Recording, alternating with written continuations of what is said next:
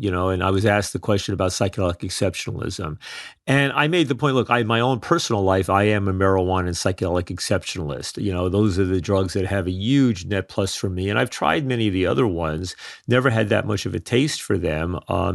And so I do think that the benefit cost ratio with cannabis and psychedelics, greatly exceeds the other ones, especially outside the medical context. Obviously, in the medical context, opioids have a huge role to play, and even the stimulants play some significant role. But that's one. I think, secondly, if you look at who these drugs are associated with, right? In other words, if one asks the question, why are some drugs legal and other ones illegal, going back historically, the question has relatively little to do with the relative risks of these substances and much more to do with who uses and who is perceived to use these substances. So, in the late 19th century, 1870s, 80s, 90s, so long as opiates were used primarily by middle-class white women.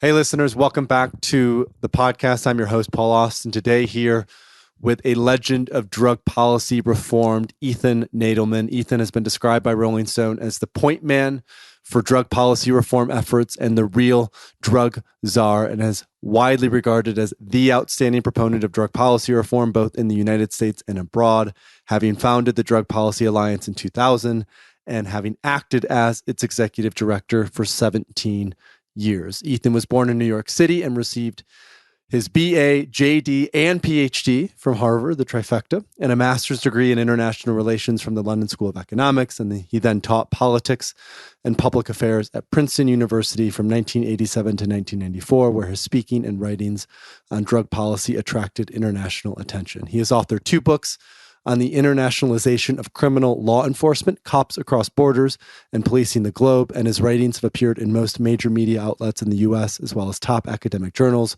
policy journals, and political publications. And most recently, in his retirement, Ethan has started a podcast about all things drugs called Psychoactive. Ethan, welcome to the podcast. It's great to have you.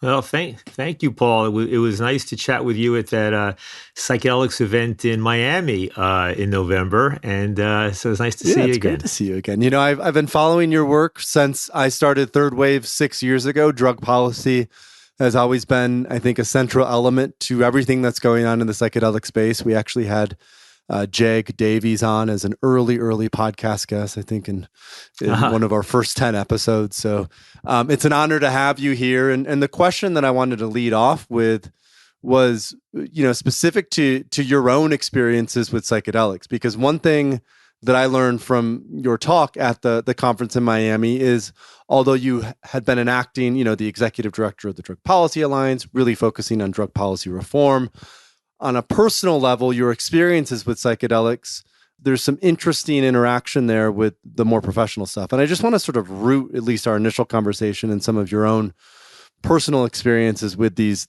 profound medicines. So what's the origin story for you in terms of your relationship with psychedelics? Yeah, Paul. Well, I guess I first did. I had experience with, might have been LSD, when I was in college. Although for all I know, it felt so speedy. I don't know how much of the. I don't know exactly what it was, but I began using mushrooms when I was about 23, 24. I was in graduate school and law school at the time at Harvard. I did them. I must have done them 9 or 10 times. But then I didn't do them for 7 years during my 20s, basically. And then really an experience that was very significant for me was in 1989. I'd been teaching at Princeton for a couple of years, including a drug policy class. At that point, a year earlier, all of a sudden, I'd written a few articles and the drug war was going crazy. And all of a sudden, I'd get catapulted into these 15 minutes of fame, kind of once or twice, on all the major TV networks and magazines in the US and internationally, really basically saying the drug war is a bust. It's doing more harm than good. I'm not saying we should legalize everything, but we need to think, seriously about this. So I was kind of really out there as a public figure while an assistant professor at Princeton, in my early 30s. And one of my heroes was and is Andrew Weil, right, who wrote the book The Natural Mind and Chocolate to Morphine, all these sorts of things. And I'd had him come to Princeton and talk to my class and give a talk. And then he reciprocated by inviting me out to the annual Telluride Mushroom Conference that he would do in Telluride, Colorado every year, right? And that's a fascinating conference where, part of it is to people who are traditionally interested in mycology, study of mushrooms, but he always made sure to include people who are interested in the more psychoactive elements, So, I mean, it could be Rick Doblin, it could be Paul Stamets, it could be a whole, Sasha Shulgin, and so he invited me in '89, and we shared a stage and all this sort of stuff, and then on that Sunday, the conference was over, and Andy had given me some mushrooms. Actually, I guess I can say that 30 odd years later that he was the source, or else maybe you have to delete that. I don't know. We'll check but with anyway, Andy about that. okay, in the playground of the Telluride High School with my wife at the time, I did the mushrooms for the first time in 7 years.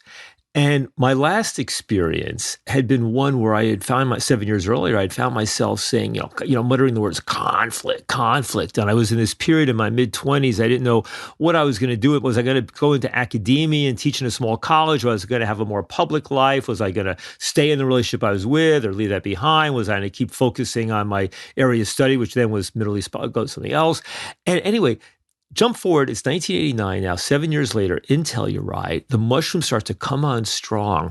And I feel this, like, just going right back where I was. Like, I'm in conflict and I'm feeling this dis-ease and like just picking right back up.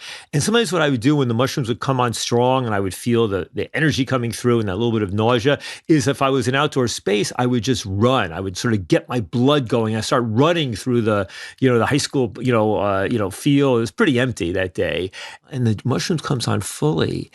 And I began to have this wonderful experience. And the highlight of it was that it was where it really, I wouldn't say it was an epiphany, but it was a kind of crystallization where I realized that my mission in life, my calling, was really to teach about drugs, and that psychoactive drugs, and that it didn't matter whether I stayed in a university or whether I, headed or became an organization or got into politics or journalism, whatever, but this was going to be my mission in life. And that doing so and teaching about drugs would also be a vehicle for speaking to broader values in our society. And it was a very grounding moment that happened to me right there. And I have to say, it was a real gift too, because I've really never looked back.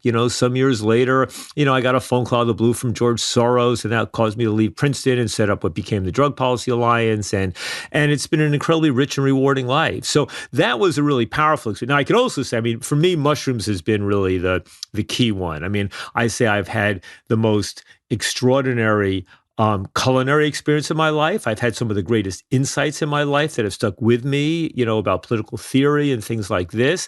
I've had, if not one of the most extraordinary orgasms of my life. I've had seen the most amazing sunset of my life. I've had some of the so mushrooms, especially that period once after you've peaked and you're beginning to come down. Those have been magic moments. I've written letters in my head that the next day I've written to people, which have really been powerful. So mushrooms has been big. I got stories with all the other ones too, with MDMA and ayahuasca and ketamine and this and that. So I'm happy to share away on those things. But I wanted to just give you the one that was really, if not really life-changing, but life-confirming for me.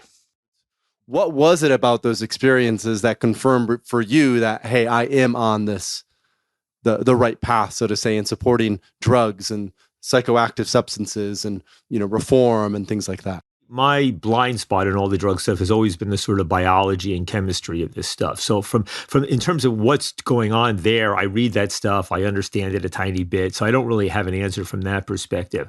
But speaking experientially, in terms of what's made the difference, I think there's a few things about the psychedelics. One of course, is the fact that they're making connections in the brain, and sometimes at a frequency and a variety that is just spectacular. It's unlike anything else. Yes, I understand, and Andy Weil makes this point in Natural Mind, and others do as well, that any state of altered state of consciousness that one achieves with psychedelics or other psychoactive substances can also be achieved without those substances, right? Through meditation, through prayer, through fasting, through you name it. But that psychoactive substances are the quick and easy way to attain those things, both for better and for worse, right? So we know they have these special properties. We know that's been true in a great diversity of cultures around the world. I think, secondly, I find that in terms of the insights, unlike, with marijuana, you get high and you have these great ideas, but it's typically the case that the next day, they don't look all that special in the light of day. They tend to kind of, poof away and not be what you thought they were. There's some exceptions to that. And oftentimes I find I don't remember them as well, right? I had this amazing insight. What the hell was that? But with psychedelics, and especially if I don't end the experience by getting high, I think that may undermine it a bit, with using marijuana, that I think that it stays vivid in that regard. It's like when I think about, there's one experience I had the first time I did ayahuasca, and there was in a relationship. It was actually involved one of my billionaire donors with whom I had a very kind of tumultuous relationship, and during that I didn't plan to have this experience. I wasn't planning on thinking about him, but he'd been on my mind beforehand. And in the experience, I start almost kind of like reading him, communicating almost telepathically. And it's like sensing him in this person and sensing his openness, his fears, his vulnerabilities, his desires, and drafting this letter to this guy I didn't have a close personal relationship with, but it was all about loving and letting go and fathers and sons and all this sort of stuff. And not only did ayahuasca lend itself to that, but the next day when I was at an airplane flying home from California to New York, I was able to, like the letter I constructed to him in my mind under the influence of ayahuasca, I was able to sit down and write it the next day. So there's a vividness to the recollection and to that experience. And then in point of fact, there was this weird moment when in fact he responded to the letter, which still only exists. Nobody's seen it except me. And somehow a few days later, I hear from him, and him expressing his love for me, words he had never used before, so there was almost a telepathic element to this communication. And I think ayahuasca's got some of that reputation as well. So I think, there's something about the vividness of it, the intensity. I also think about mushrooms and some of these other substances a little bit like it almost feels like strapping a power pack onto my back. Like, like you imagine somebody's going, and then all of a sudden they start flying with this power pack. And it can go in an intellectual direction. It can go in an emotional direction, in a spiritual direction, in a sexual direction, and you can't fully control it, right? You have to see where it's going, but it's this kind of amplification of whatever it might be that's going on, and the power of what happens, whether it's a sunset or an orgasm or culinary experience or an idea or an insight, just has a resonance that I don't know. Maybe it's the same way that, we remember some other incredibly profound experiences in our life that happened in a crisis or in a, I don't know, celebratory, something like that. So that's about the best I can do for an answer with that. Well, I think what you're speaking to are almost like these peak emotional experiences. And sometimes and these emotional experiences can be positive, they can also be traumatizing or negative, right? But there's something that happens when you, for example, eat a mushroom or do ayahuasca where it's so significant. There's almost like an imprint on your psyche or an imprint on yourself where it's something sticks. Right. But Paul, what I say is it's not just emotional. It can be emotional, but it, as I say, can also be intellectual, cerebral. It can be sexual. It can be spiritual. There's something about we sometimes think about marijuana, right, as being an amplifier, right? If, it can improve the way it improves, sensory sensation and music and taste. And for me, of the five senses, my aesthetic is the least developed. And so for me, there's a big jump when I'm high in those sorts sorts of things. But it's modest in that regard, and what's nice is modest, what also means you can do it, with some greater frequency than I would ever do psychedelics with.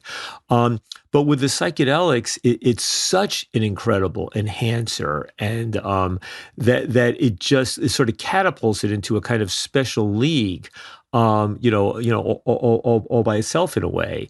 And then I think, obviously, I mean, I haven't really done it in a therapeutic context. Either informally or formally. But you can see why now, with all of this research coming out, it just makes sense that I mean, I knew vaguely of this research back when I began doing this stuff in the 80s, because I had some idea of the research that had happened back in the 60s and I guess 50s and 60s. But you can sort of see why it has those added benefits for people who use this, as a medicine.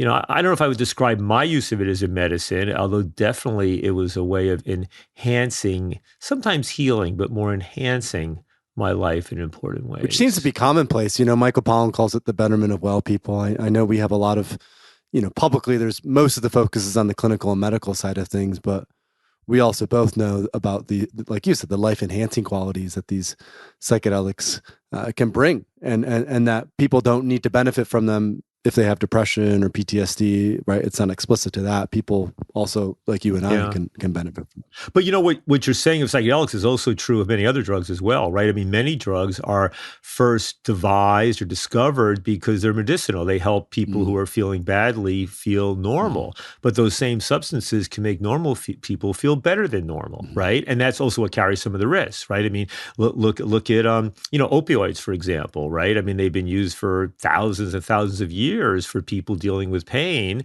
and they can also enable people who aren't feeling pain, have a intensely pleasurable experience, which can either be done in a responsible way or can land up in an addictive relationship. And the same thing, I think, with the stimulants, cocaine, amphetamine. So in that respect, psychedelics are not exceptional in that regard in terms of helping the ill feel normal and the normal feel better than normal. But they are, to use the popular word now, exceptional in some other regards in terms of the diversity, the potential insights. Although, look, quite frankly, I think about it, I can look at my shelf and there's a book called Opium and the Romantic Imagination about the famous writers like who Lord used opium Byron for their writing, whatnot, right? Yeah. Exactly. And the same thing is true of cannabis. I know some of those most brilliant friends I have, prominent academics or business people, have come up with some of their best ideas when they were high, right? And we know that cocaine for some people, is a wonderful stimulant, and and even tobacco and nicotine in various forms, can have those beneficial effects. So it's all of these things operate on us like that, helping sick people feel normal, normal people feel better. And then the question is, do we know how to use them responsibly? And do we know, both individually and societally, how to maximize the benefits and to minimize the downsides? So in your previous story around mushrooms and the Telluride Festival, you had mentioned, being a professor at Princeton in the late 80s, early 90s, starting to come out much more publicly against the drug war, even at that point in time, which was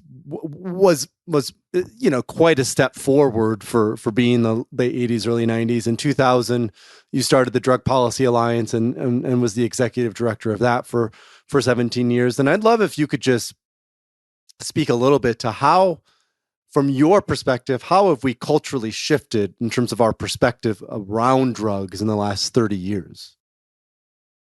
Oh, well, first of all, with marijuana, that's the remarkable evolution, right? I mean, when I was getting started, maybe I think less than 30% of the American public. I mean, in the 70s, right? I graduated college in 79, so I was 22 then. So that was kind of live and let live era. And the 70s, there were 11 states that decriminalized marijuana. President Jimmy Carter proposed a federal decriminalization law. There was a moment when, 35% of all Americans said we should legalize, I think, and over 50% of young people were favoring that. But in the 80s, that was just kind of washed away. Marijuana got caught up in the war on cocaine and the great big war on drugs, led by Republicans, but very much bipartisan. So when I started speaking out in the late 80s, beginning in 87, 88, it was like the drug war. I would describe it as McCarthyism on steroids. I mean, just this incredible fanaticism, this fear about this aliens attacking us, drugs from abroad, infecting our children. I mean, these monstrous fears, this notion we had to create a drug-free society, like a communist-free society, and all this sort of stuff. And what you saw was that, basically, I think barely 20% of the American public by the late 80s favored legalizing marijuana. In the survey of college freshmen, support for legalizing marijuana had peaked at like 50% in the late 70s. It was down to 16% by the late 80s among young people, right? I mean, it was young people became the kind of Reagan era. And nothing was legal anywhere. There had been a whole bunch of little medical marijuana laws that were passed, but they were sort of research studies that weren't really implemented. And so then you fast forward now, where 65% of Americans favor the legalization of marijuana, where even a majority of Republicans in some recent polls say they favor it, right? Where you now have 18 or 19 states that have legalized marijuana and double that number that have legalized medical marijuana, and it's legal in some form or another, in all but like 4 states in the US. I mean, that's a monumental transition, and it's happening not just in the US, right? I mean, you saw Uruguay followed Colorado and Washington. Colorado and Washington legalized in 2012, then Uruguay 2013, then Canada a few years ago. Now you're beginning to see Germany might do it in the next year or two, other parts of Europe, and even medical marijuana, not just in Europe and the US, but throughout Latin America it's happening, even in Asia, even in the Philippines, where this drug war murderer, the president Duterte, wants to execute people, tell cops to execute people involved in methamphetamine or shabu, what they call amphetamine. He's pro-medical marijuana. Thailand is legalizing medical marijuana, other places. So we've seen a dramatic transition on the marijuana thing. The psychedelics thing, where I was less involved in advocacy on that front, in part because it didn't play to the strengths of what Drug Policy Alliance was doing, in part because you had Rick Doblin and MAPS were out there, and then the Hefter Society and a range of others, and that was more a research-driven thing, and there wasn't that much opportunity to do things legislatively or through ballot initiatives until just the last couple of years.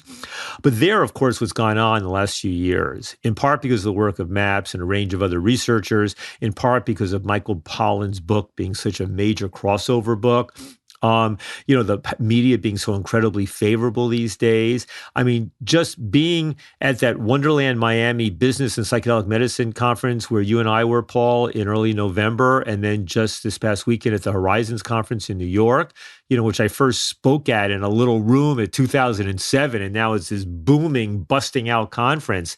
It's just extraordinary what's going on there. If I look at the other areas that I worked on, I mean, 1/3 of our work was really about ending marijuana prohibition, and that was the monumental success. The second third was about ending the role of the drug war in mass incarceration and doing all we could to reduce mass incarceration in the U.S.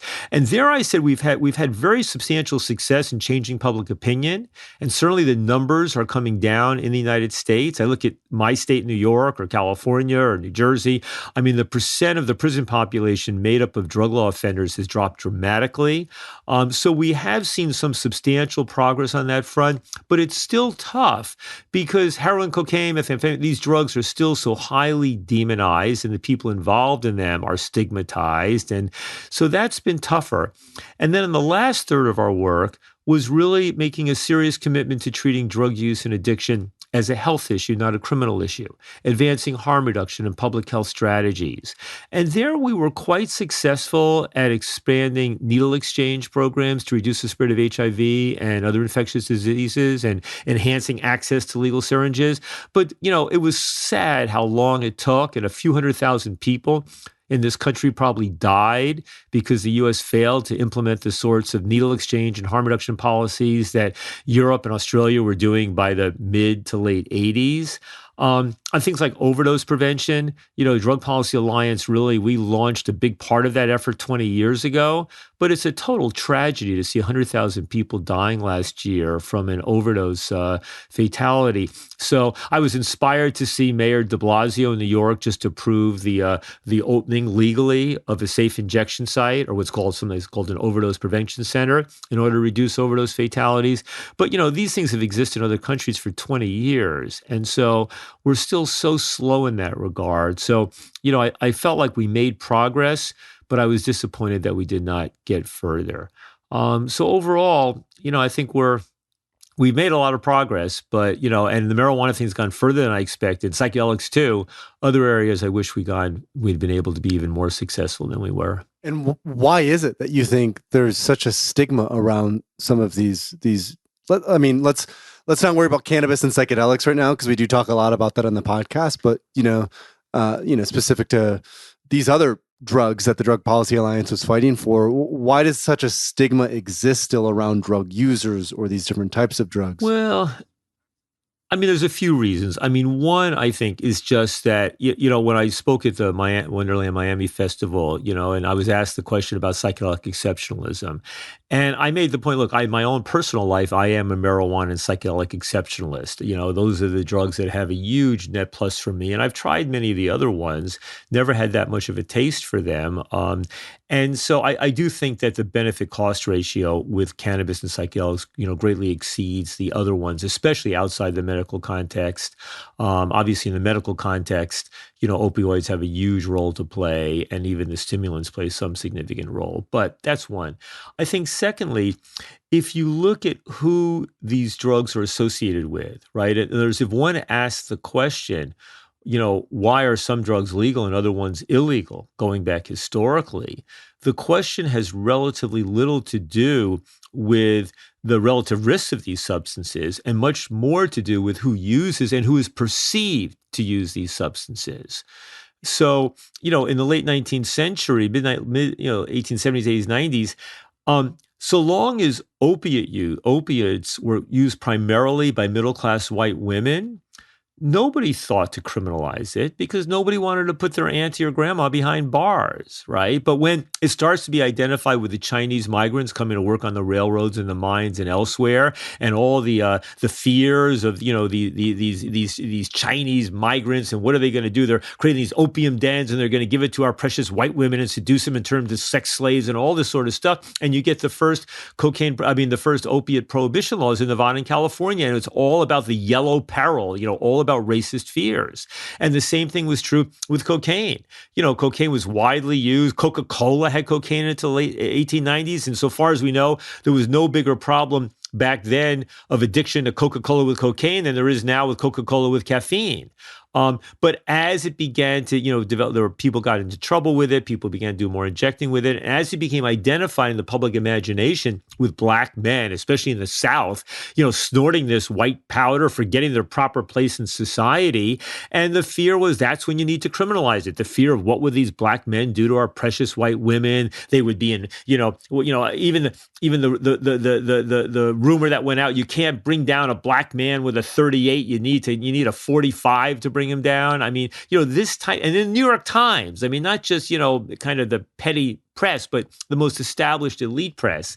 And with marijuana, it was about, Mexican migrants, Mexican Americans in the Southwest and Midwest. And the first marijuana prohibition laws were in El Paso, Texas, and then in other cities and states in that part. So a lot of it had to do with the association. I mean, I came up with a line I used in my TED Talk, and I said, let's put it this way. If smokable cocaine were used primarily by older white men and Viagra primarily by young black men, well, then the penalties for, smokable cocaine would be fairly modest, and it would be decriminalized. And the penalties for Viagra might be 5 to 10 years behind bars for selling it, right? I sort of highlighted it, but there's some real truth to that. And the association of cocaine, especially crack cocaine, with black people, right? And the opiates. I mean, now as the association of opioids is now seen not just as a black inner city thing, but more broadly throughout our society, you also see the policies getting, quite a bit more sympathetic, right? Because, you look at the Republican primaries in 2016, all the Republican candidates, were feeling a need to sound a little softer and gentler about drugs because they were going into largely Republican communities where people were struggling with opioids. So a lot of it has to do with that. And the fact is, look, opioids, when combined with alcohol or with benzos, in big amounts, can stop you breathing. And now fentanyl, of course, is a nightmare drug. So there are legitimate fears about this stuff. But the way I see it, I don't advocate for treating heroin and cocaine or methamphetamine legally the same as we do cannabis or alcohol or maybe even psychedelics. But I do believe that nobody should be punished for what we put on our bodies if we don't hurt anybody else. And that means that all of these drugs should be decriminalized and, in fact, legal to possess in small amounts for our own use. I mean, that just is a core human rights and public health principle, and I think a good public policy principle. And the countries that have embraced that policy, whether it's Portugal or others, I think have generally done a lot better on drug policy than we have. And I think, secondly, when it comes to the people who are committed to getting these drugs, heroin, cocaine, methamphetamine, you name it, and we know that throwing them in jail doesn't accomplish much except take them out of the market for a little while and then throw them back on the streets where they're more susceptible to overdosing and getting back involved in criminality. My view is that the obligation of the government should figure out the way in which people who want or need these substances and are going to pursue them, whether they're legal or illegal, they should figure out the way in which those people can get these substances from a legal, regulated source in such a way that it does not endanger the broader public health, broader welfare of the general population. And I think that's something that we can all agree upon, that, we've had this distinction in like a Western industrial or from a Western industrial perspective that tobacco, alcohol, and coffee are legitimate or legal or acceptable, right? And those substances largely supported the growth of industrialism, and that all these other drugs, whether it's psilocybin or cannabis or opiates or whatever it might be, are sort of deemed illegal or unacceptable. And I think what we're also witnessing now is almost a shift where that's getting turned on its head, where people are now realizing that alcohol, tobacco, and even legal opiates might be more dangerous than some of these previously illicit drugs. So there's also, I think there seems to be just more and more nuance that's being brought to the conversation. There is. Although remember also, Paul, to some extent, that construct is a sort of 20th century construct, right? Because in the 19th century, opiates and cocaine, these other things were in fact legal in the U.S. and many other countries around the world. And in the early 20s, remember, we had alcohol prohibition. That was a huge movement. It required a change in the Constitution, 18th Amendment, and that gets repealed 14 years later.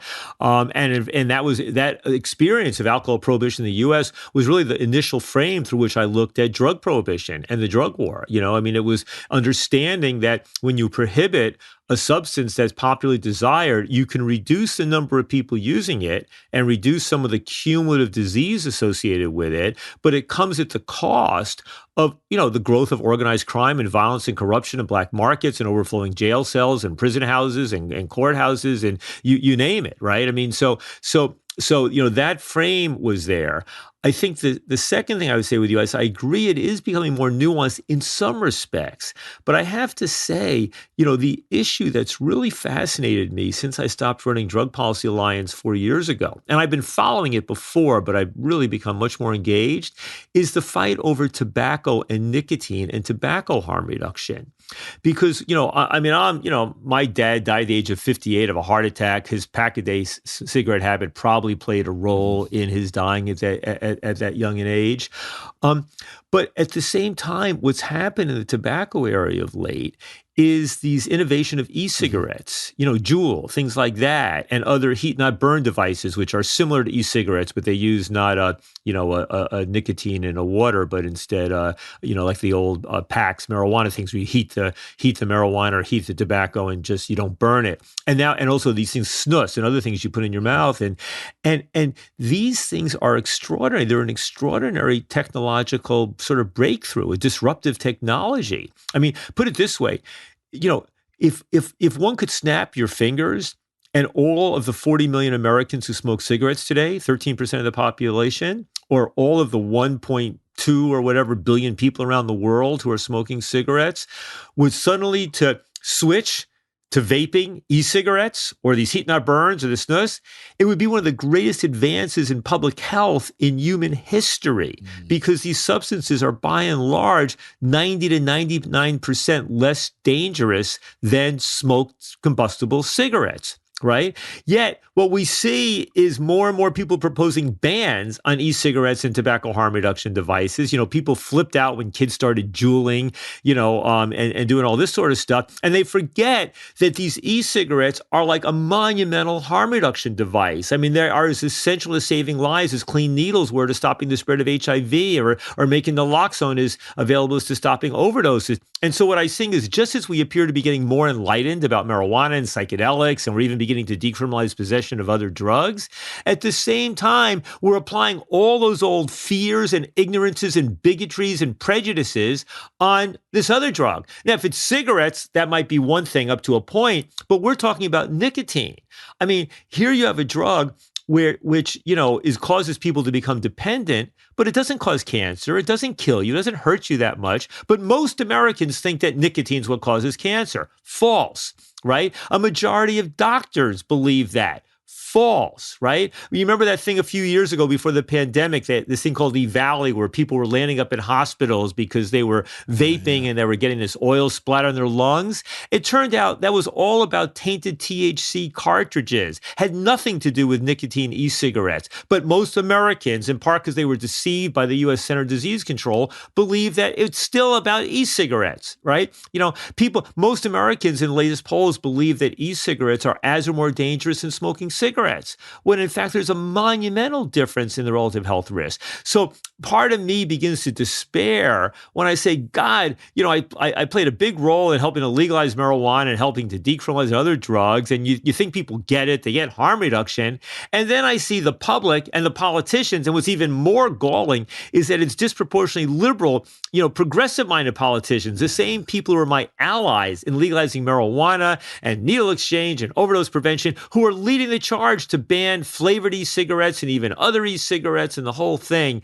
So as you can see, I get quite animated about this issue because I just find it infuriating that once again, the science is being tossed out the window while the media, the politicians, the publics do exactly what they did with the drug war. And justifying all this craziness, just as we did the drug war, as one great big child protection act. If we can keep a few kids from smoking weed, then let's, arrest 700,000 Americans a year. Let's fill the prisons. Let's let people die of AIDS just to protect the kids. And we're doing the same thing now in the tobacco nicotine issue. So, part of my pitch to the world of drug policy reform is, do not, just because big tobacco is involved, fuck them. I mean, yes, if they make money just like the, narcos make money from drugs, but the bottom line is there is a basic public health argument here, and there is science here, and we have to embrace that and not just follow the same bullshit that gave us the drug war, in the 70s and the 80s and the 90s. Right, because I imagine the rationale behind that, just as I'm going through it, is, e-cigs make smoking more enjoyable or less harsh. It makes it so that kids or whoever else will do it more often.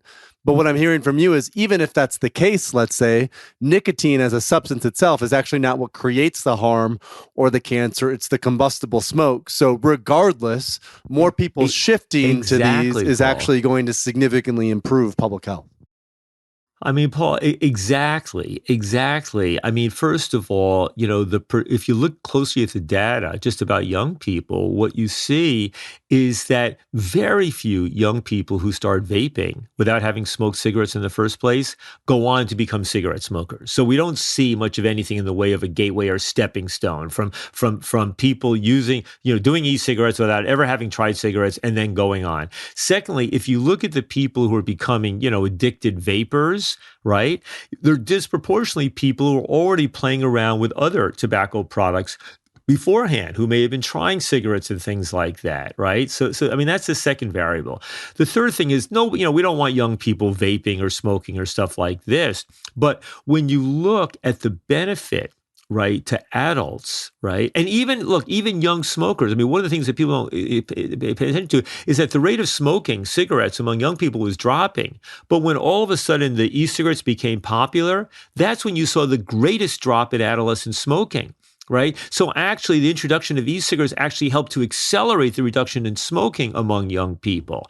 And then if you ask the question, so what happens if young people get addicted to vaping and they keep doing it for decades of their life? We don't have 40-year longitudinal studies, but we know enough from the biomarkers and other evidence that the harms are probably going to be modest, if that.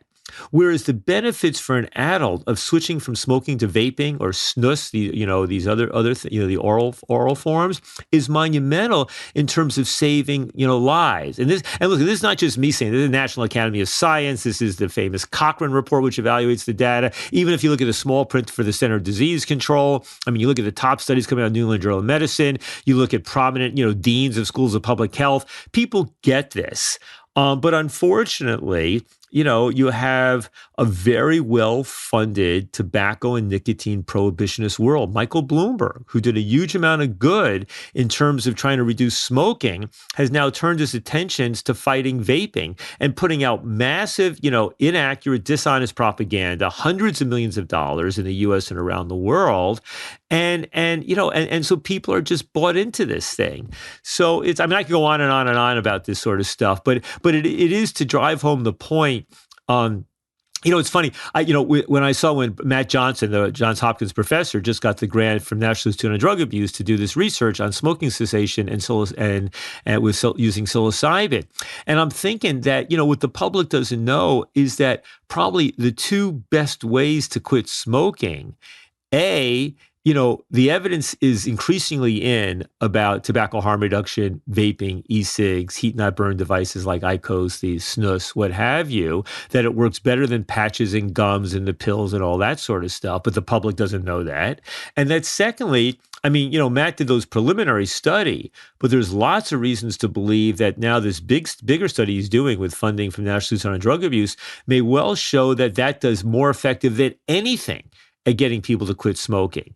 And so the two most promising interventions now to help reduce smoking among the 40 million Americans who are smoking are two areas, tobacco and nicotine, the other one psychedelics, where the public remains massively ignorant and confused.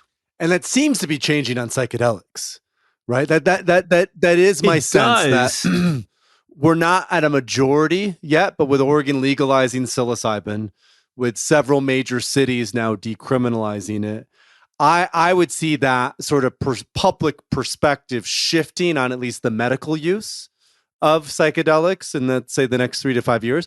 The vaping tobacco thing, I think, is another that's much more difficult in terms of. Well, I'll tell you, I think you're basically right about that. But on the other hand, I think, we live in our world of psychedelics, and the Oregon initiative was inspiring, and we'll see if that gets replicated in other states. And it's obviously happening at the local level, from Oakland and Denver to most recently Detroit.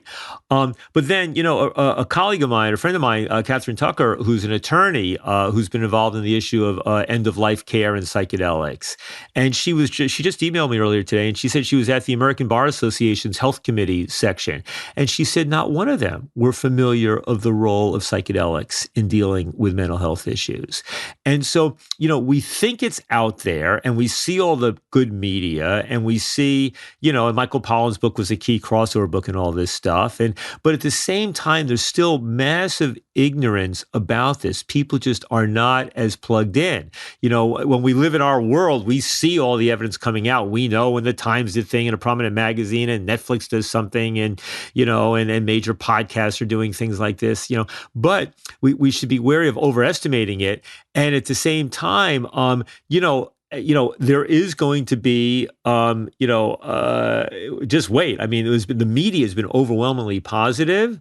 But, the media always wants a new story. And when they get bored of the good news, the bad news comes up again. And then it's going to be, Matt Johnson gave a good talk at this in the Horizons conference about what are all the things that could go wrong. And some of these things are inevitable, like the pendulum of media coverage. So we will see some pushing back. We will see some disappointments in some of the research study results. So I generally agree with you. It's getting out there at a remarkable pace now. But we're not. We got a long ways to go. And conversely, on tobacco harm reduction, you actually have the FDA basically giving a qualified green light to snus, to the heat not burn devices. They just approved their first e-cigarette views, right? So the FDA is following the Well, science. I mean, kind that's of in approved by a the slow FDA now, way. views. Yeah, now they approved kind of one of the older e-cigarette things produced by one of the big tobacco companies called My Vuse, buddies use VUSC, that. an Yeah, older version of I it. always borrow it Uh, or I borrow it from time to time when we're yeah, hanging out. they're and so what's happening, and there's a decent chance that Juul is going to get approved at least in the tobacco flavor, not the other flavors, and some of the other ones enjoying the others. I mean, it sounds like the science is so overwhelmingly on their side that the FDA is going to have no choice but to approve them. So we now have this thing where, politicians and for that matter, the federal government and especially the Center for Disease Control, has actually been miseducating the public while this more scientific branch is kind of saying, hey, guys, the evidence is in. So I think the public's going to be increasingly confused by all of this stuff. We'll see how it goes. But I do feel hopeful that the tobacco harm reduction stuff will gain ground and just like I am helpful on the psychedelic stuff. My bigger concern is that we may be heading in the direction of prohibiting cigarettes. And as I say, I hate cigarettes. I've never smoked a whole cigarette in my life. The only time I ever done it in that form is when I'd be with friends in Europe or the U.S. who want to mix, hash or cannabis with tobacco, and that's the only way to take it. A spliff, a spliff or a blunt, or actually, I actually thought a spliff was what Jamaicans did with pure marijuana, but whatever it was, I mean, going back to when I was young, I started college at McGill in Montreal in 1975. For some reason, it was almost hash around. They were getting hash from Morocco and Afghanistan instead of getting marijuana from the U.S. So I learned to do this early on, right? But I think that what's going to happen is I think we're going to see growing support for prohibiting cigarettes. Or else stripping the nicotine in cigarettes to where it's so low that a cigarette's no longer a cigarette anymore. And I think what people are not thinking through is, even though I hate cigarettes and I wish nobody would smoke, that when you start to ban something that millions of Americans still want, you're inviting a whole new drug war with black markets, with drug testing, with new law enforcement agencies, with mass arrests, and probably happening disproportionately among young people of color who get into illicit drug markets, although this could play out in other ways as well. So, for me, making sure that core principle that nobody deserves to be punished for what we put in our body, absent harm to others. And that secondly, the role of government should be to try to regulate as much of the psychoactive drug area as possible and only retain the prohibitions at the edges, whether the drug is tobacco or cocaine or mescaline. I think that's where we still have a long way to go for people really getting that. So I want to spend the last half of our conversation talking about some vision stuff. We've kind of pieced a little bit of it together, but I feel like with your role as executive director at DPA for 17 years, you were a core visionary in how all of this has rolled out with cannabis and, with all the things that we talked about before. But before I kind of pop into that next element of a conversation, I just want to ask a bit of a grounding question for our audience, because I imagine you're quite a reader. Just from your background and from how especially since I stopped running DPA, yeah. Now I have time to read books again and such, So, and I'm just curious, for you, what are your 3 most psychoactive books that you yourself have read? And that could either be they are psychoactive in reading them, or just could be a great read about something psychoactive. Well, it's funny, Paul. I don't know if I've ever said this publicly, but I would say that what was for the really let me give you 5 books that I think give really me as many as you want. Yeah, okay. Whatever you want. No, but and they're all I mean they're different types of psychoactivity, right? The first book, probably John Stuart Mill's classic book On Liberty, right? The famous British philosopher written in the middle of the 19th century, where he distinguishes between other regarding and self-regarding acts, and where he makes the case that the role of the government is to intervene and use its regulatory and criminal powers in terms of other regarding acts where people may hurt other human beings. But where our acts are purely self-regarding, that is not the business of government. Maybe in a regulatory way, in a way of nudging them towards better behavior, but basically, and it was a kind of liberal libertarianism, right? It was a kind of progressive libertarianism, seeing government as correctly playing a proper role in moving society in the right direction, but stopping short of those sorts of prohibitions. And so that was a book. And by the way, I should say also, with each one of these 5 books, in each case, the experience wasn't like I was thinking one way and this book made me think the opposite. In each case, it was that I was thinking, I had already been thinking in this way. And then I start reading the book and I go, I was thinking that. And then the author takes it where I had not taken it. So they take an Those are instinct I always the have best and books. develop Always it. the best books. I agree. Exactly. Then the second book, which I read just as I was beginning to study the drug issue a little less than 40 years ago, was Andrew Weil's book, The Natural Mind, about why people use drugs and about healthy and unhealthy relationship with drugs. And that book, which is still in print, The Natural Mind, it's truly a classic, right? And that really helped me understand some basic ideas. I mean, once again, I was thinking that way, but Andy just developed with in a more thorough way. The third book was a book by a friend of mine named Stanton Peele called The Meaning of Addiction, which I also read in the 80s. And that was a book which basically challenged a lot of the conventional notions around addiction. I mean, he talked about how powerful the placebo factor is, and about, the ways in which how much of addiction actually exists in the mind and is self-fulfilling. And he also wrote a book many years earlier called Love and Addiction, making the analogies between relationships, healthy and unhealthy relationships with human beings, love or the opposite, as well as with drugs. And that really helped open up my understanding of the whole field of addiction and shape my thinking around that.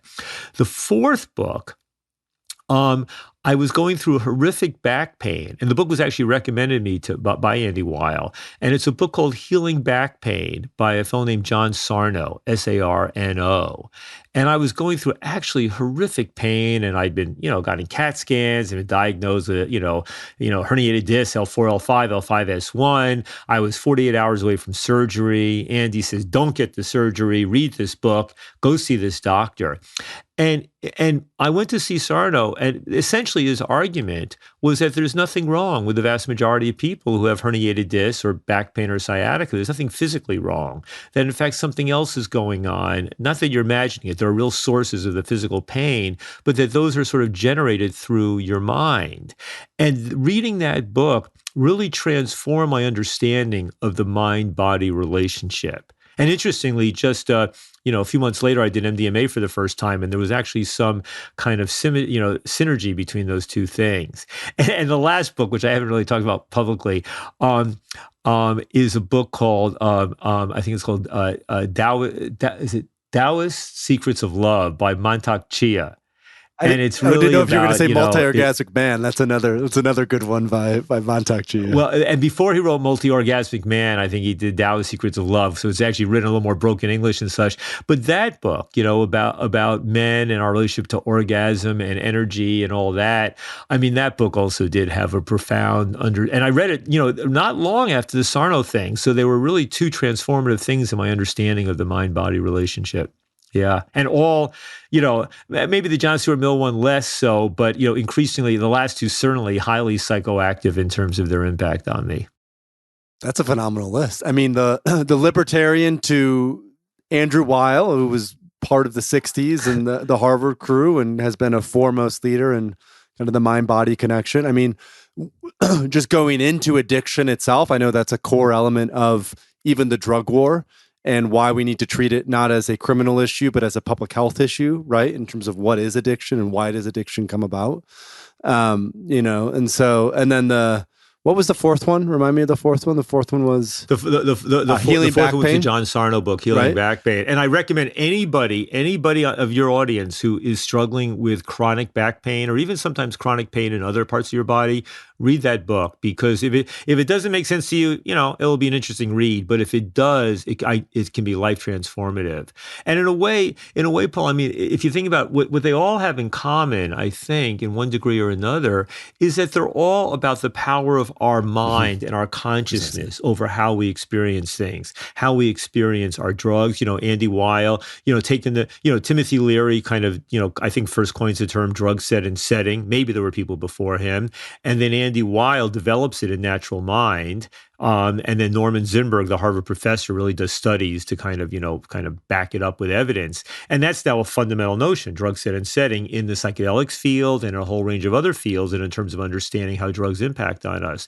But vis-a-vis addiction, Stan and Peel, about how much of this is, yes, there are chemical things that happen in our brain with some substances and what they bind to and the receptors, et cetera, but that when you actually look at drug use cross-culturally and cross-society, in society among different groups and all this, you understand, how much power of our mind to set what we think these drugs are going to do and what our surrounding, our group, our culture, our setting tells us about this drug use is going to shape it. And then when it comes to issues around pain, there are very real sources of pain that are physiological, but you also understand the powerful role of the mind in there. And also, once again, with our sexuality, what we believe about sexuality, how we experience it, both for men and for women and all others, right? But, for men especially, where we think of the orgasm in a kind of, a fairly narrow thing. And in fact, we know that there's really something much more substantial there that one can learn from the tantric or Taoist way of thinking about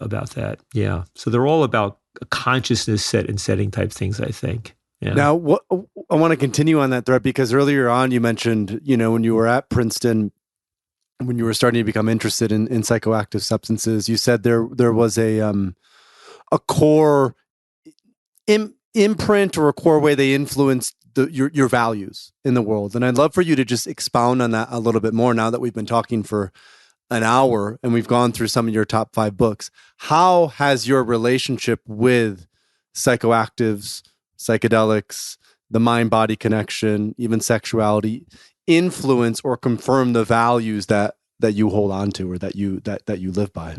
Well, I mean, I don't know if it was so much. It's almost a little bit the other way around, in the sense, Paul, that um, you know, as I read deeply about psychoactive drugs, the history, the economics, the health, you have it. And mind you, also remember my beginnings in this issue when I was a graduate student was about studying the internationalization of the drug war and of drug. And I actually, got myself a security clearance. I worked in the State Department's Narcotics Bureau in the mid '80s. I wrote a classified report on drug-related money laundering. I went around, traveled all around South America and Europe to 19 countries, interviewing DEA and Customs and FBI and foreign drug enforcement agents and Oh, that's prosecutors and amazing. CIA. And I wrote a book, and I was right, really smack on the inside. And one of the things I realized was how profoundly ignorant all these people were in the government about the drug laws that they were enforcing, about the origins of these laws, about the nature of these drugs, right?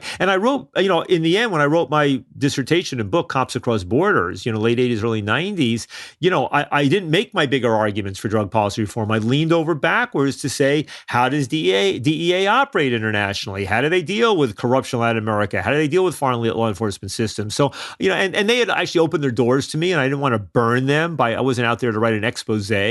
But, I came away knowing, God, these people have no idea about the drugs themselves or the drug laws. I mean, just profound ignorance.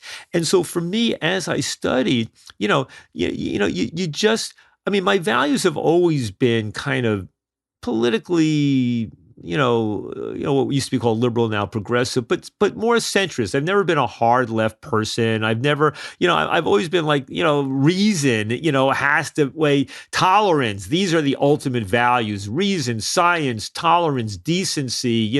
Fighting greed. Capitalism is inevitable, but let's figure out how we have a more humane form of capitalism, right? And so what it did was, but at the same time, in becoming an advocate, or even in my academic world, and as I began to write for broader audiences in popular publications, it was about, it wasn't just about speaking to progressives or liberals. I had to speak across across the spectrum. I had to be speaking to people who are right wingers and conservatives. I had to speak to cops. I had to speak to politicians. I had to speak to Republicans, not just Democrats. I had to speak not just to people who had good experiences with drugs, but people who had terrible experiences with drugs. I had to speak to parents who had lost their children to drugs. I had to speak in countries that were being devastated by the drug war. I had to speak to people who had been traumatized in one way or another. And so that notion of learning how to communicate basic values, right? And across a wide spectrum of people. And part of it is part of the joys I found in communicating this stuff. Like, for example, the core ideas, right, was that there's never been a drug-free society. There's never going to be a drug-free society. Therefore, our challenge is not how do we build a wall or a moat between those drugs and ourselves or those drugs and our children. The challenge is how do we learn how to live with these substances so they cause the least possible harm and the greatest possible good. Right? I mean, that was just a basic formulation.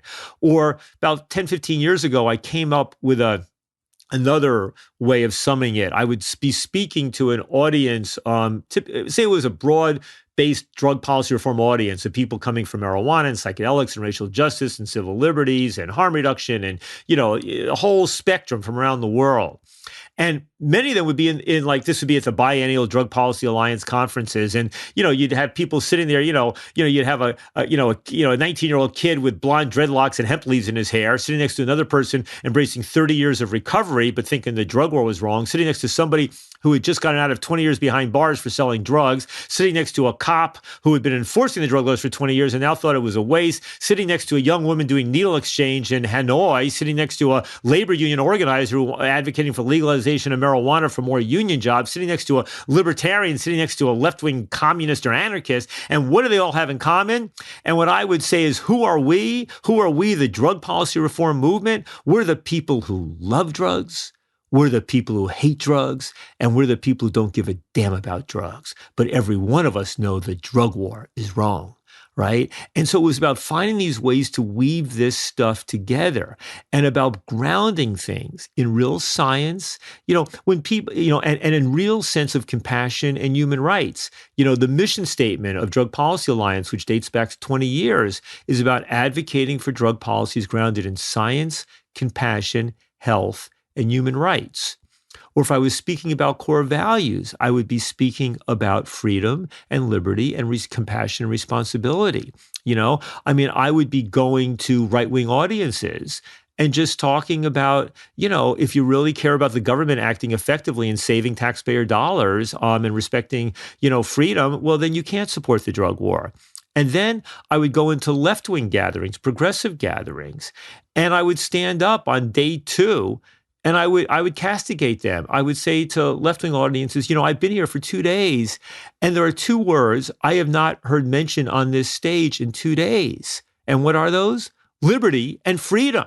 And why is the left-wingers in America abdicating their use of these terms and essentially handing 2 of the most core values of America over to the right wing? Lunacy, right? So what the thing about the drug stuff was it was in a way, drugs, especially going back in the 80s and 90s, was really, speaking to people's greatest fears, right? It had become the new, as I said, the drug war was the new McCarthyism. It was how do you hold people's hand in order to get them to embrace a new way of thinking? How do you get around their defenses? How do you not trick people, but work with people so that they can embrace the science? How do you communicate these basic ideas? And that, I think, was, ultimately I believe in a society which is, fundamentally respects human rights, and which scares me so much. What's going on in America now is, obviously the compartmentalization and the polarization, and all this sorts of things. And, for which I hold, the Trumpist spirit in America primarily responsible, but which I sometimes despair at the ways that many of my allies on the left seem to just be playing into their hands and mimicking some of the same tactics. So, that's how the drugs thing intersects with the voter values thing. You could just keep going, and I would keep nodding my head and smiling. This is phenomenal. I'm mindful of time and I do want to give due time to talking a little bit about sort of vision, because I feel like like I mentioned before, the work you did with Drug Policy Alliance, you set out a vision that was executed against, and with you at the helm for 17 years, that fundamentally shifted the landscape of not only American drug policy, but I would say international drug policy. And I'm really curious, you know, even though you're not at the helm any longer, you're living a bit more of a quiet existence, hosting the podcast, et cetera, et cetera. You're still present, you're still engaged, you're still listening, you're still observing. And I'd be curious, one, because this podcast is more focused on psychedelics, what's your sense of how the psychedelic space, how it will develop in the next 10 years, let's say in the next decade? And how do you think that is overlapping or overlaps with the larger movement for drug policy that we've weaved into the conversation today? Yeah, I mean, Paul. It's so hard to say, and I don't know what I can offer that's going to be unique in this regard because I'm no expert in the psychedelics field. But having been following it, since the 1980s, and I've been friends with Rick Doblin since 1988 or something like that. I mean, a long, long time. Probably before most of the people in the psychedelics movement were even born. And It's true now for kind me. of attending these gatherings. Yeah, you're right. Attending these gatherings and all this stuff. I mean, it seems I actually feel somewhat optimistic that the two sides of the thing, that the medicalization side and the non-medicalized side, are going to keep proceeding in tandem.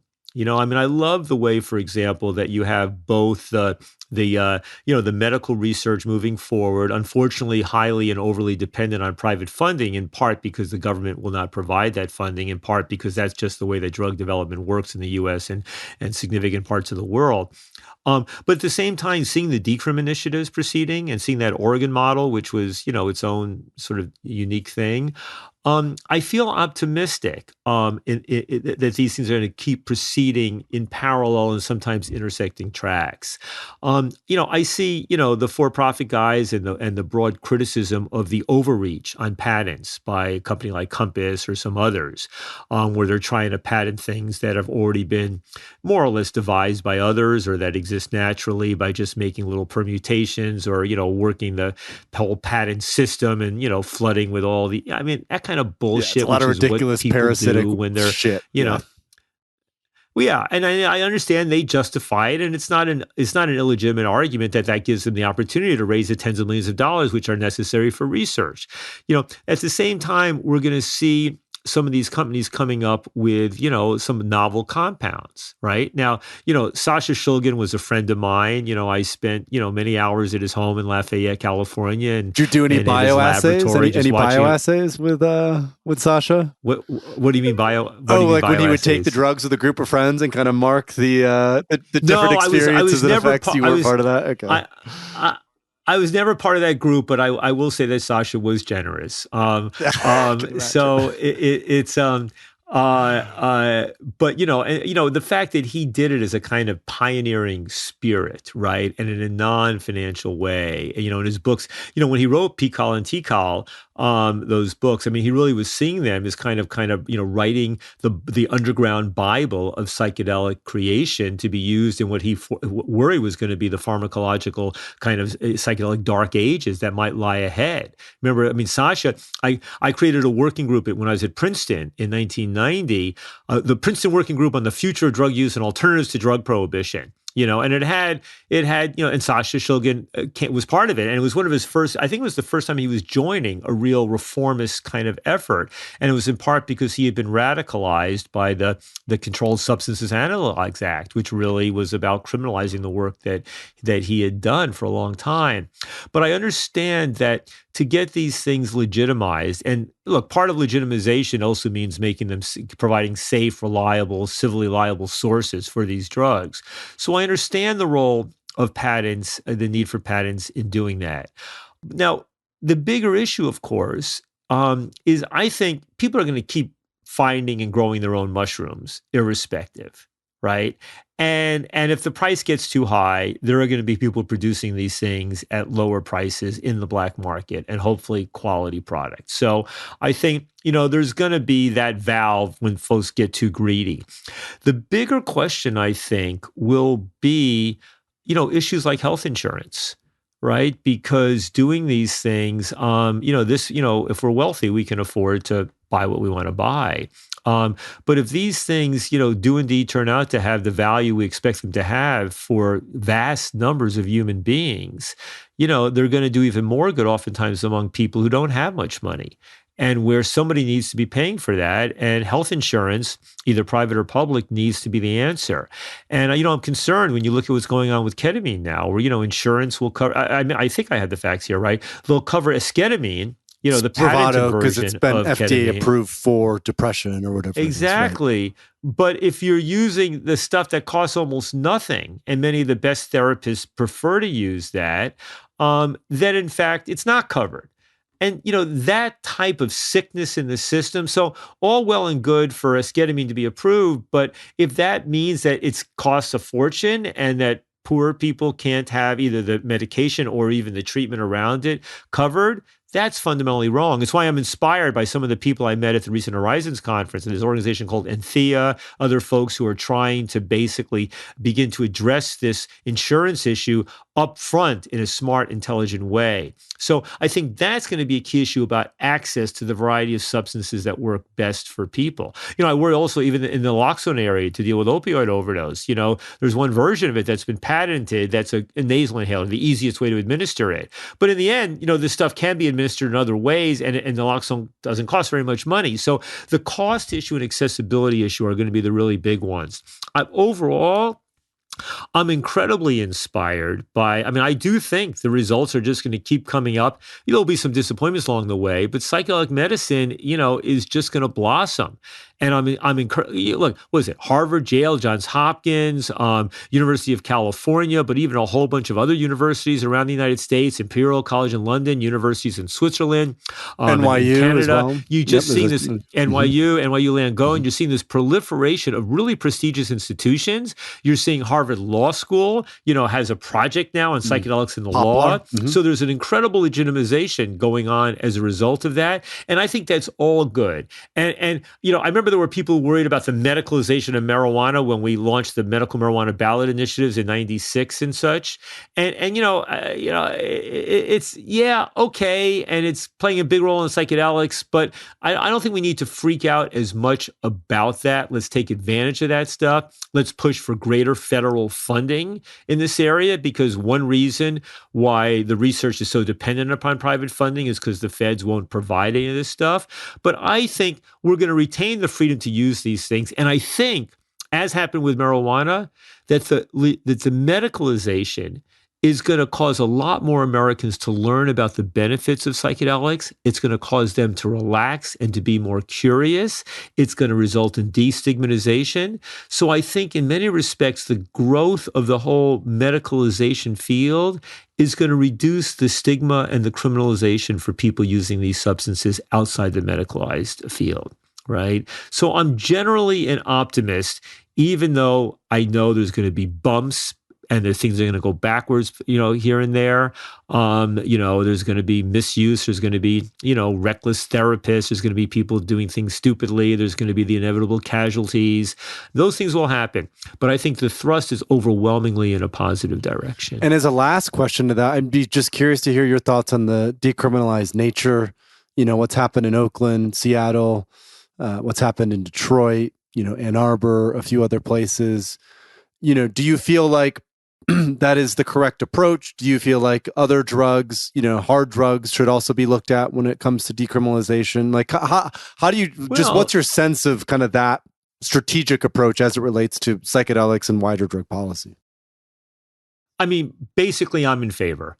I think, look, I think actually Oregon was beautiful what happened there in a way, right? Because you had the plant medicine folks doing this, path-breaking psychedelics, medicalization and decriminalization of psychedelics initiative. And meanwhile, my old organization, Drug Policy Alliance, under the new leadership, doing the first all-drug decrim initiative. Also in Oregon, same year, same ballot, basically trying to introduce the Portugal sort of model of which basically says we're not going to put anybody in jail for using any substance so long as they're not getting behind the wheel of a car or committing violent acts, right? And that even if people keep using drugs, we're going to offer them help. We're going to push them, nudge them to try to get help and all this sort of stuff, but we are not going to be putting them in jail. And the fact that, and now you see in California, and I think Washington, Colorado, maybe Maine, other states, you see basically there are conversations going on, once again, to reproduce each of these initiatives in other states. Now, in theory, depending upon, I mean, look, some states allow ballot initiatives that are limited to a single subject, so you can only put so much in it. Others have less strict rules. But, I see my role both historically and also now and in the future as encouraging as much uh, uh, uh, you know, uh, synergism between the two areas. Like I would like to see even more of the two areas because whenever you have two initiatives, like in Oregon, each one of those initiatives worried about a net potential negative impact of the other. And in fact, it didn't play out that way. They both did very well, I think each of them got over 55% of the vote. So I think thinking about these things more in tandem, understanding the principle.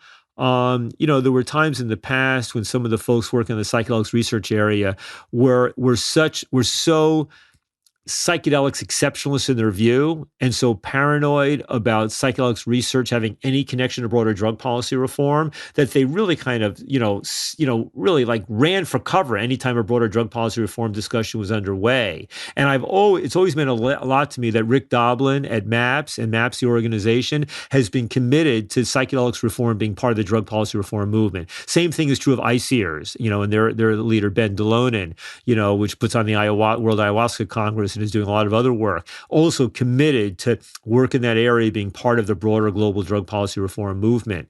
So, I mean, to me, that pivotally needs to be part of the vision. And there may be little moments when you have to tactically distance yourself a bit, in the psychedelics field from the broader thing. But by and large, let's understand, I mean, the analogy I sometimes make is that when it comes to the core principle, I may be a psychedelic exceptionalist in my own life, or marijuana psychedelics exceptionalist, but the principle has to apply across all drugs in the same way that the First Amendment there, it's crucial to protecting elevated speech, but it also needs to be out there to protect non-elevated speech, horrible speech, ugly speech, stupid speech, up to the point where it actually crosses over into violence or incitement, right? Because we need to protect the less elevated and the stuff that, because even, first of all, we don't know if it may turn out to be insightful and valuable in its own ways, but you need to be able to protect that. Otherwise, you risk losing the freedom on the broader thing, the more elevated stuff. And I think that's the core principle there. And I think the vision should be about, hey, I would love to see, and I hope this happens, that some of the people making money in the psychedelics area, I'm sure MAPS is committed to this through their public benefit corporation, but I'd like to see some of the individual donors making a commitment, not just to the psychedelics area, but to the broader decriminalization of all drugs, right? Understanding that from not just a human rights, but from a public health and a good public policy perspective, it's the right thing to do. And that psychedelics pulling away from those other drugs may serve certain advantages, but don't forget that they were all criminalized. People were all being punished and stigmatized and demonized. We all came out of the same family of the stigmatized, demonized, criminalized drugs. And therefore, now that you've made it good psychedelics, don't turn your back on your siblings now just because they are still in the stigmatized crowd or because they present greater risks or involve a different population. That's what I'd like to see. There are people like David Bronner who is, crossed over in both these areas. And there are a few others as well, but it needs to happen much more broadly. And you've changed just in having this conversation, you've opened up a new perspective. I think that example that you drew around, hey, just like with the First Amendment, you have to protect elevated speech, but you have that to also protect not so elevated speech. I never thought about it from that perspective, and that makes total and complete sense. So I just appreciate you weaving that in, because I've always been more of a psychedelic exceptionalist just myself, and that's been also then somewhat the way I've communicated. And I think the way that you've contextualized it is so helpful to understand why it has to be a much bigger fight if we're focused on psychoactive. Paul, if you think about it, I mean, I was going to say that, if you look at the core First Amendment freedoms of speech, press, religion, assembly, that's part of what's kept us honest and part of what's been great about America for the last few hundred years, right? That we've respected that, embraced that stuff, and understood it doesn't just apply to the forms of these things that we prefer, but even to ones that we feel profoundly uncomfortable with or dislike or even hate, right? And if you think about those core freedoms, they all assume an underlying freedom, which is a freedom over consciousness, and to some extent a freedom over consumption, what we consume, whether it's ideas, or religious beliefs or media, but it's also about the substances we consume, right? And I think you don't have all those four freedoms of the First Amendment don't mean anything unless there's that underlying freedom of consciousness and freedom of consumption. And I think that's also where one brings in the psychoactive substances. Yes, some of these substances, and particularly in certain forms, present greater risks and greater downsides. But it's all of a piece. It's all of a piece, and we have to embrace that broader principle. I'm mindful of time. I know we have to wrap up. One last question and we'll finalize it. I just would love to hear about Psychoactive, the new podcast that you've launched. I'm sure many of our listeners would be interested in tuning in. What is Psychoactive and what are you most excited about with Psychoactive? Yeah, sure, Paul. I mean, when I stopped running Drug Policy Alliance 4.5 years ago, my first idea was do a podcast, right? I mean, you don't have to be anywhere, anytime. It's not like having a radio show or teaching a course. You can do it whenever, and it's a way of reaching a larger public, which is important to me. But I found the right opportunity to pop up, and I didn't want to work that hard when I stepped down. And then last year, I got a email from Darren Aronofsky, the movie director, who I'd known, I'd known him a little bit for 20 years. He'd been a little bit involved with Drug Policy Alliance. And he said, hey, you want to do a podcast on psychedelics? And I said, no, I want to do a podcast on all drugs. He said, let's do it. So actually, one thing led to another. And, he signed a contract with iHeart, which is like the biggest podcast in the world, biggest platform in the world for podcasts, together with the Times and NPR. And so now I'm working with Darren and his team and with iHeart. And so we have I think we're approaching 24 episodes have gone up so far, but it's people who are, I mean, there are people like Andrew Weil or Michael Pollan. But then somebody who's less known, like Elias Dakwar, the Columbia professor, who's been doing research on ketamine and treatment of addiction. But then I had Senator Schumer on talking about the marijuana bill in Congress. Or I had Nora Volkow, the head of National Institute on Drug Abuse, and I gave her a bit of a hard time, but she was gracious enough to stick in there. I was surprised she even accepted. And then I've had people talking about, the whole issue of Purdue Pharma, Patrick Radden Keefe, who wrote the book about the Sackler family, but then also Kate Nicholson, who started this amazing organization to advocate for people who are actually using pain medications responsibly, but landing up, the doctors won't give it to them anymore. And then I have, other journalists and writers, and I had, people got to listen to it, but it's really the entire spectrum of issues. I hope to be doing one on kratom soon. I hope to be doing, I'll probably doing an issue on the placebo sometime soon. So it's really about getting a wide variety of people, both famous and barely known, who have really interesting things to say about this. And since it's inevitable that most of my guests will be people I already respect and agree with much more than not, I see my job as asking them the tough questions and pushing them. Like I had a guy, Clive Bates, is a British guy who's one of the world's leading experts on tobacco harm reduction, and I've learned a lot from him. But what I did with him is I fired him every question that would come in from the other side. It's like, let's keep this stuff interesting. And because I'm essentially a contrarian by nature, and I like to argue and provoke, it's been pretty easy to do and a lot of fun. So I'm having a great time. I'm not totally in control of it because it's working with a lot of other people, and there's a commercial aspect to it, so people have to plow through commercials to listen to it, which was not my first choice. But hopefully there's enough advertising coming into it that'll be able to stay on for quite a few years to come because I'm loving doing it. Good. Well, amazing. And congratulations on launching it and all the guests. I've read through it. I need to listen to a few of the episodes myself. And I also want to just thank you here, for all the work that you've done with the Drug Policy Alliance, for all the work that you've done on drug policy reform, for all of the progress that you've helped to catalyze and facilitate. Your leadership has been, I think, instrumental in the development of this whole space. And it's just been a real honor to interview you today, Ethan. Well, well, Paul, thank you so much. And listen, I really admire the work you're doing, the microdosing and such. So more power to you. I hope that keeps growing and becoming ever more successful. And I kind of kick myself because I've never gotten serious about microdosing. I dabble in it, but I really have to give it a go sometime. So I'll probably be calling you for a little more advice about that. Yeah, if you need Okay. any support, just let me know. I'm happy to help.